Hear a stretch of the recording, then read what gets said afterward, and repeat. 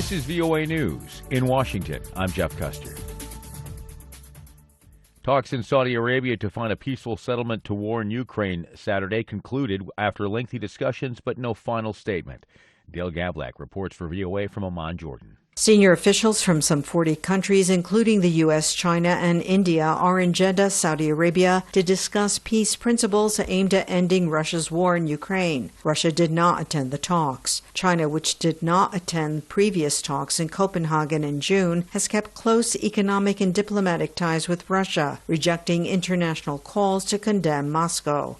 Ukraine sought to build a broader consensus beyond its Western backers to include countries from the global south, as well as those considered neutral or even allies of Russia. Ukrainian President Vladimir Zelensky hopes a peace summit of world leaders will result this autumn in the endorsement of peace principles based on his 10-point peace formula. Dale Gavlak for VOA News, Amman, Jordan. Ukraine says Russian airstrikes hit a blood transfusion center in the town of Kupiansk in eastern Kharkiv region late Saturday.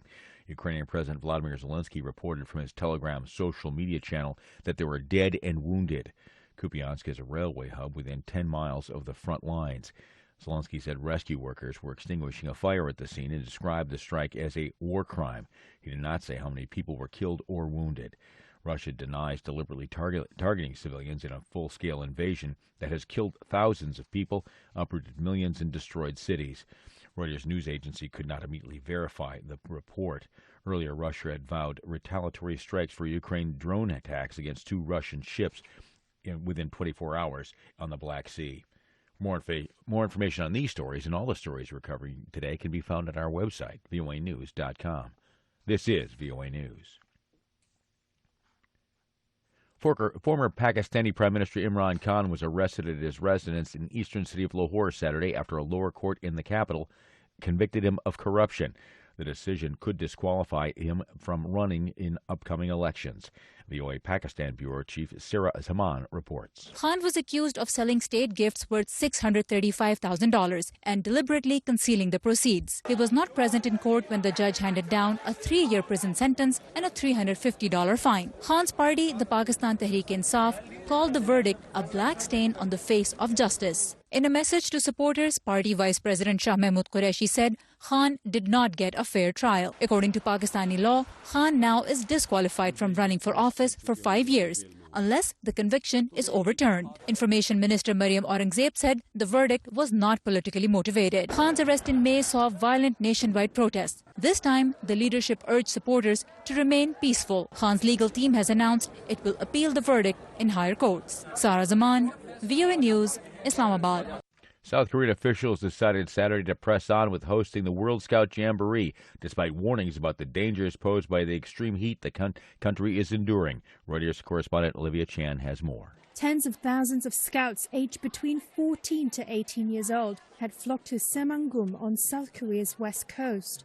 Temperatures have hit over 91 degrees Fahrenheit. Hundreds of participants have already fallen ill due to the searing temperatures, prompting complaints from parents over the safety of their children. Kristen Sayers from the U.S. state of Virginia said her 17-year-old son Corey's dream to take part in the Jamboree at a cost of $6,500 had turned into a, quote, nightmare. It sounds like the problems with this go way beyond the heat.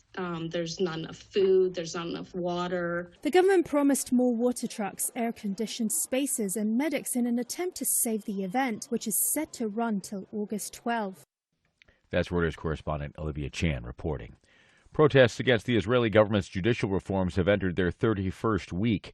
Last month, the Israeli government passed the first major piece of legislation in Prime Minister Benjamin Netanyahu's plan to overhaul the country's legal system, part of a broader plan that triggered the nationwide protests, divided the country, and rattled the powerful military and influential business community. The plan seeks to weaken the country's Supreme Court and transfer more powers to Parliament. Supporters say Israel's unelected judges wield too much power, but opponents leading the protests say the judges play an important oversight role, and the plan will push Israel toward autocratic rule. In Washington, I'm Jeff Custer. This is VOA News.